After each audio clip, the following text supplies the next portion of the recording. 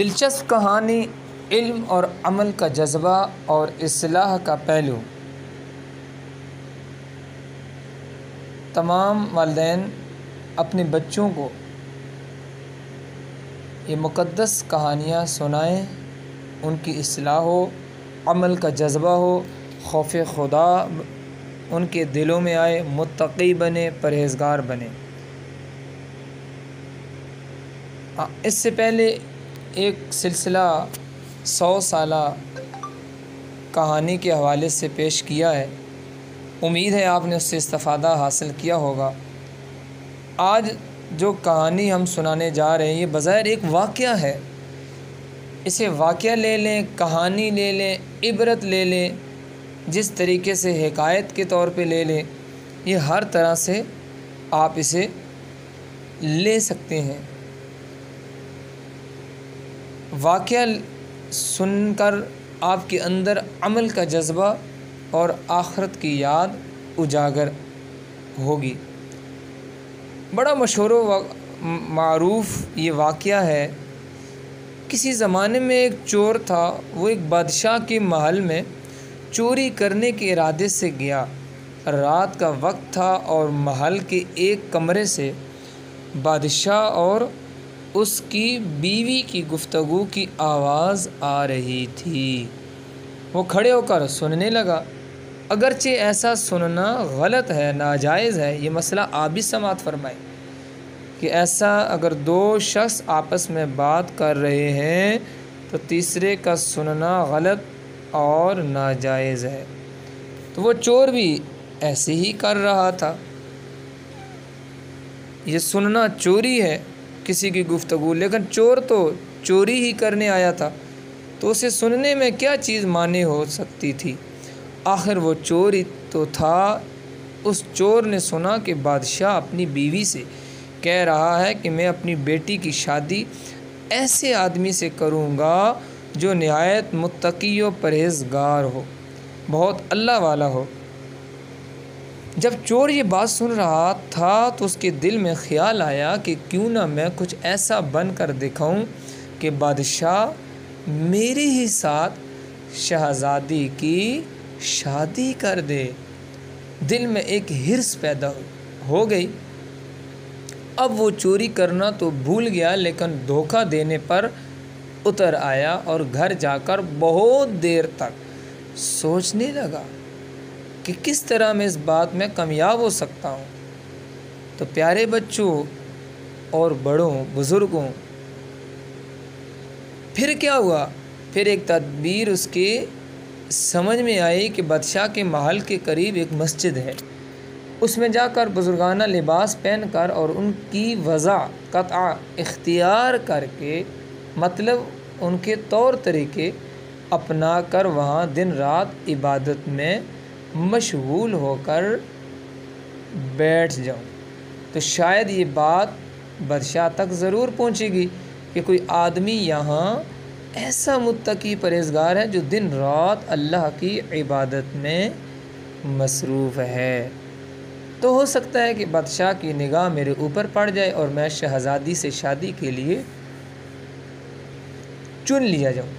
یہ اس چور کا ایک نہایت حقیر اور ذلیل دنیاوی مقصد تھا جس کے لیے اس نے یہ ارادہ کیا۔ پھر اس نے اپنے پروگرام کے مطابق بزرگانہ لباس و پوشاک وضع قطع اختیار کر کے اس مسجد میں جا کر نمازوں پر نمازیں، ذکر و تلاوت، مراقبہ سب شروع کر لیا۔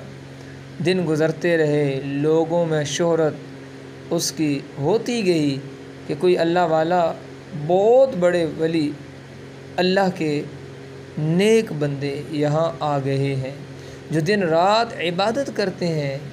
یہاں تک کہ یہ بادشاہ تک بات پہنچ گئی کہ یہاں کوئی اللہ والے آ کر بیٹھے ہیں، جوان ہیں، زہد و عبادت میں لاجواب ہیں، تقوی و طہارت میں بے نظیر۔ جب بادشاہ کو یہ بات معلوم ہوئی تو انہوں نے اپنے ارادے کے مطابق غور و فکر شروع کر دیا کہ شہزادی کے متعلق جو سوچا تھا اس کے لیے اسی کا انتخاب کیوں نہ کر لیا جائے۔ بادشاہ نے اس سلسلے میں گفتگو کے لیے اپنے وزیر کو بھیجا۔ وزیر اس شخص کے پاس مسجد پہنچا اور باادب ہو کر اس سے کہا کہ میں آپ کی خدمت عالیہ میں بادشاہ کی طرف سے ایک پیغام لے کر آیا ہوں۔ اس نے پوچھا کہ کیا پیغام ہے؟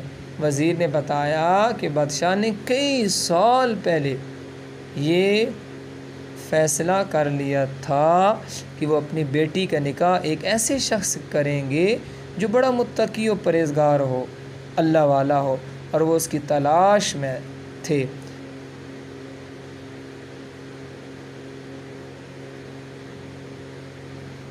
لہٰذا ہم ڈھونڈتے رہے تو نظریں آپ کے انتخاب پر آ کر رک گئیں، اس لیے بادشاہ نے مجھے بھیجا ہے کہ اس سلسلے میں آپ سے گفتگو کروں۔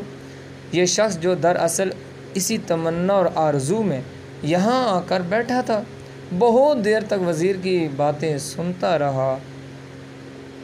اس کے بعد اس کی آنکھوں سے آنسو جاری ہو گئے۔ وزیر نے پوچھا کہ کیا بات ہے؟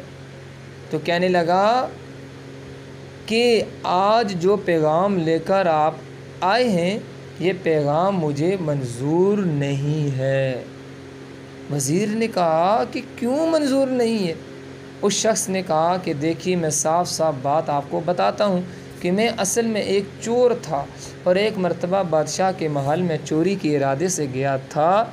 پھر جو کچھ بھی ہوا اس کو سارا واقعہ اس چور نے سنایا، اور اس کے بعد اس چور نے کہا کہ میں نے تو یہ وضع قطع اسی حرص کی وجہ سے اختیار کی تھی، لیکن میں یہاں آ کر بیٹھا تو میرے خدا نے مجھے اپنا بنا لیا۔ اب بس اس کے بعد مجھے اور کسی کی ضرورت نہیں، میرے لیے میرا خدا کافی ہے۔ بے شک جب عبادت ہو جائے، نماز ہو جائے، ذکر ہو جائے اور ہماری دیگر عبادتیں واقعی عبادتیں ہو جائیں تو بے شک یہ نمازیں اور عبادتیں انسان کو برائیوں سے روکتی ہیں۔ تو دیکھا آپ نے کہ اس شخص نے اپنے وقت کو بھی بچایا اور حرص کی خاطر ڈیرے اللہ کے گھر میں لگائے، تو اللہ تبارک و تعالیٰ کو اس کا یہ عمل ایسا پسند آیا کہ اللہ نے اسے نیک لوگوں میں شامل کر لیا۔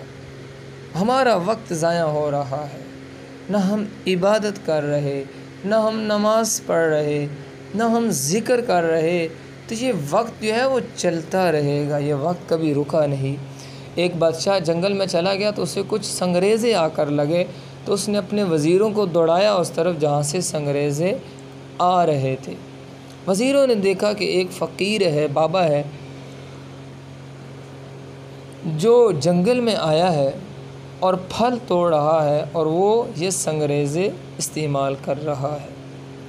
اسے پکڑ کر بادشاہ سلامت کے پاس لایا گیا تو وزیروں نے ساری بات کہہ دی، تو بادشاہ سلامت نے متعجب ہو کر اس شخص سے کہا کہ تم جانتے ہو کہ ان کی قدر و قیمت کیا ہے؟